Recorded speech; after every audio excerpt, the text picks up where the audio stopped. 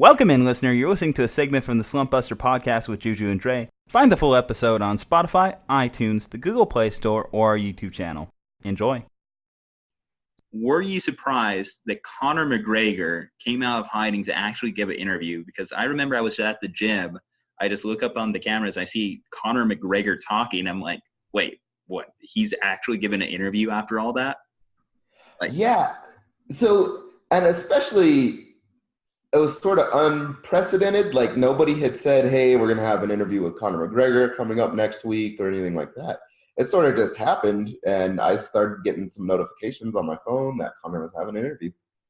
Yeah, it was like 9, 10 in the morning, like Central Standard Time for me, and just like, wait, why is he even like doing this? I mean, granted, okay, he's trying to get ahead of it, but considering everything that's happened between breaking someone's phone in Miami and punching the dude at the bar in the first place, he is a runaway train right now as far as like the news headlines go for him.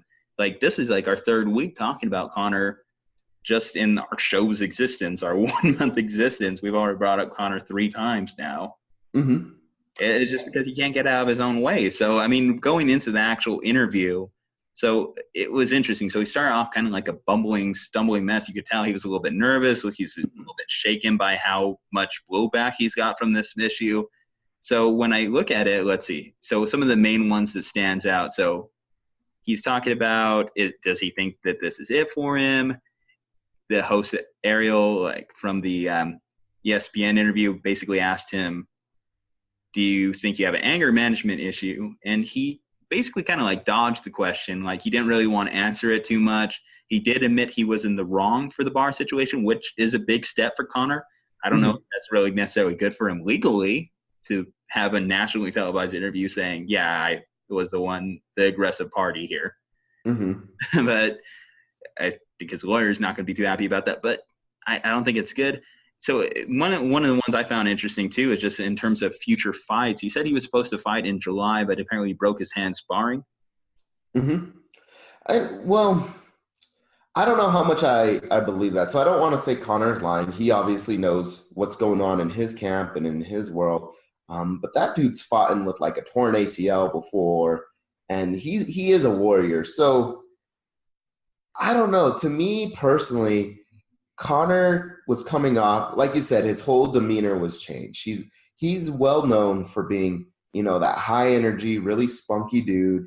That maybe he has a slight anger issue, but people enjoy that. He's, antagonistic. And to me, he just seemed really defeated. And he did not seem like he really wanted to be there in that interview. And some people might say, no, he was just remorseful, right? And sorry for what he did. But to me, it just seemed like he was out of energy. He seemed beat up. And going back to the Andrew Luck situation where we talk about, like, this is exhausting, right? I think for Conor, it's a little bit different. But he is literally getting beat up every single time. But he's made the most money out of any UFC fighter. He's won 2 belts. And I know he says that he wants to keep fighting and that he had fights scheduled and all that. But it's exhausting having the media always around you. It's exhausting having these fans shoving a phone in your face or getting into bar fights with old dudes. So I personally think that Conor doesn't necessarily want to come back. Like, I think he knows, hey, I probably need to say this just for my fans and to save face. But I wouldn't be surprised if it's an Andrew Luck situation where he's like, hey guys, like I'm done. Like I quit. And he's even posted a few times on Twitter like that he was going to retire. And granted, he never really did, but I wouldn't be surprised if he does. Well, fighting retirements, they just, for some reason, never stick. I mean, we've seen so many fighters try and come out of retirement when they said, I'm done. I think, who was it recently that just came? Chuck Liddell came out for a fight against everyone's best wishes. And when it comes to Conor, he's only 31 years old, and there still is some buzz for potential rematches here. So he tried to hype up the potential for going at Khabib again. Considering how bad that fight was for him, I don't know if that's the best route for him to go, but he wants to prove something. He even, in the interview, he said he injured his foot prior to the fight. I don't know if he was trying to play that off because he knows he got basically molly stomped in that match. And then, of course, his camp got molly stomped by Khabib's camp later there too. But and then he said basically too, this last UFC 241 remotivated him, seeing Stipe come back, win the belt, seeing Nate Diaz come out there and win, which I think could be potentially him just trying to set up that trilogy fight with Nate Diaz. But we talked about it. Diaz has already talked about the Masvidal fight. He's not even thinking about Conor. And Conor says he wants to fight before the end of the year. I don't know who that could potentially be for him. I was hearing about him potentially fighting, was it Cowboy Cerrone before his kind of like recent run-ins here and apparently breaking his hand. So I don't know, what's a good fight for Conor if he doesn't get one of those big ones? And like you said, should he even be doing it? Yeah, so I guess I'll start with sort of the reverse. So I'll start with the should he. The fact is, in his Floyd Mayweather fight, which was a boxing fight, right? It wasn't even an MMA fight.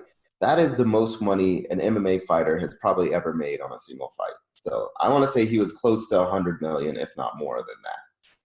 You're never going to get that same money, no matter how many MMA fights that you do, right? So it doesn't matter what his next fight is. If he's fighting Khabib, especially one where he's probably coming in as a major underdog to Khabib, he's not getting paid $100 million. Even if he fights Nate Diaz and people want to see the trilogy, and there will be, I think, still a lot of people that would pay for it. Not as many that would have paid for it had it happened right after the second fight, right, within a year or so or two.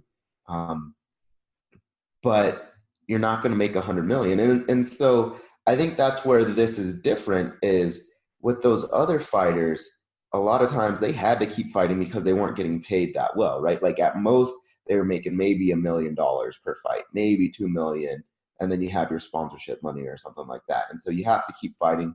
Similar to what you said about football, right? Is you have these players that keep going just because it's like, hey, I can't retire on this.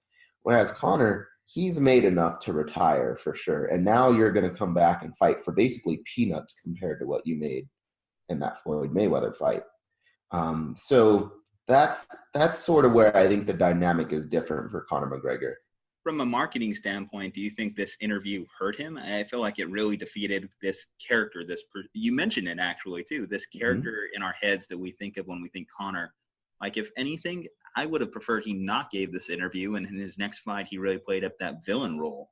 He's been playing it for a long time now, that anti-hero villain establishment. But now, like I feel like he just has this scared dog look right now after this interview. I just, if he tries to hype it up in the way like I'm coming back, I'm big bad Conor McGregor, I'm gonna knock all you fookers out and shit like that, I won't buy it now.